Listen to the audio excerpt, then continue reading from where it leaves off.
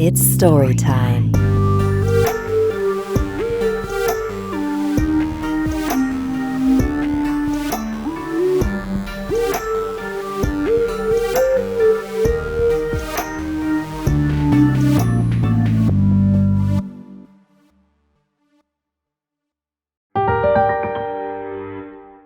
Chapter 1, Out of Body, Out of Mind, by Mike Nevada.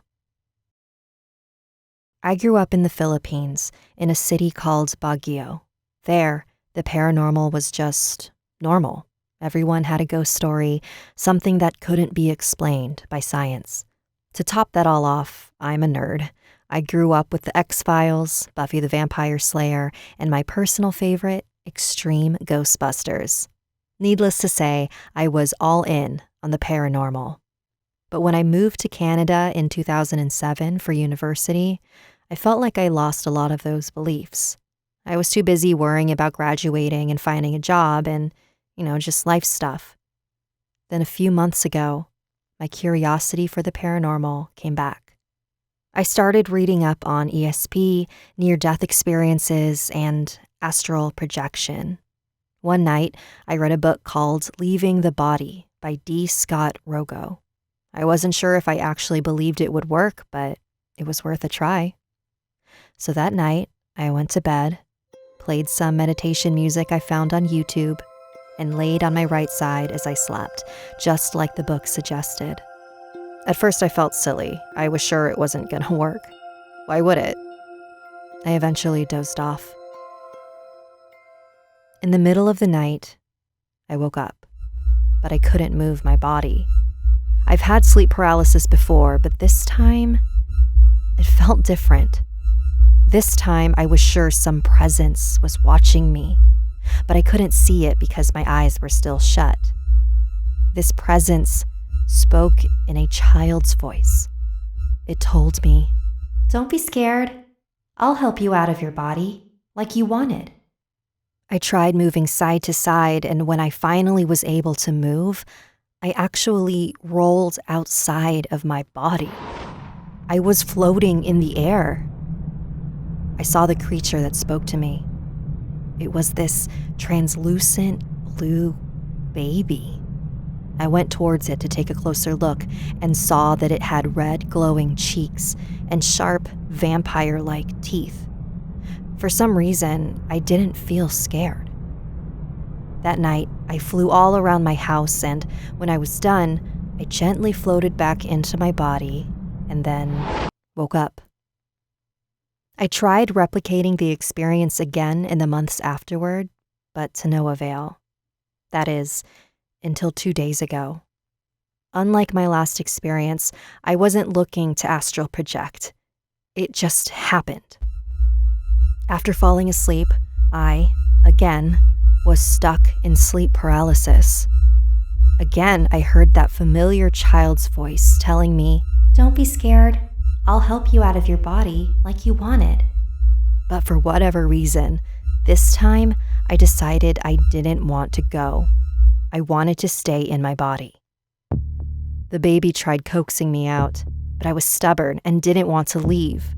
With my eyes still shut, I felt it try to pull me out. What happened next was the strangest sensation I've ever felt. It was as if I was playing a tug of war for my soul. The blue astral baby kept pulling at me, and I tried as much as possible to stay inside of myself. I felt like I was being ripped apart. Eventually, the being stopped pulling, and there I was, still in sleep paralysis. I couldn't move, and I was screaming internally for help. What was only a few minutes felt like an eternity to me. I remembered my dad told me once, if you're in sleep paralysis, try focusing on moving your toes. So I did just that. I used all my willpower to move my toes, and eventually, they started moving. The rest of my body followed suit, and I opened my eyes, finally wide awake. There's a part of me that wants to believe that my experience was just a lucid dream, that I didn't actually leave my body and that this strange blue astral baby was just a figment of my imagination. Regardless, I'm definitely not going to try astral projecting again. At least, not willingly. Many different cultures believe in some sort of concept of our soul being a separate entity from our physical body. Astral projection is the act of consciously separating your soul from your body. It's an incredibly difficult skill to master, but can result in misfortune if not done correctly. In shamanism, it is believed that this temporary separation is what causes illness.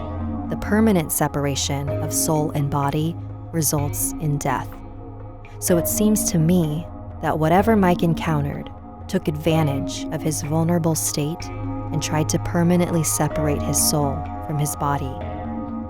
Luckily, Mike was able to regain control and wake up. There are also those who theorize that whenever we dream, we are actually astral projecting. It's the reason our dreams can feel so real. So when you get ready for bed tonight, set an intention or a prayer for a peaceful trip, because you may not be strong enough to fight any entities who come your way.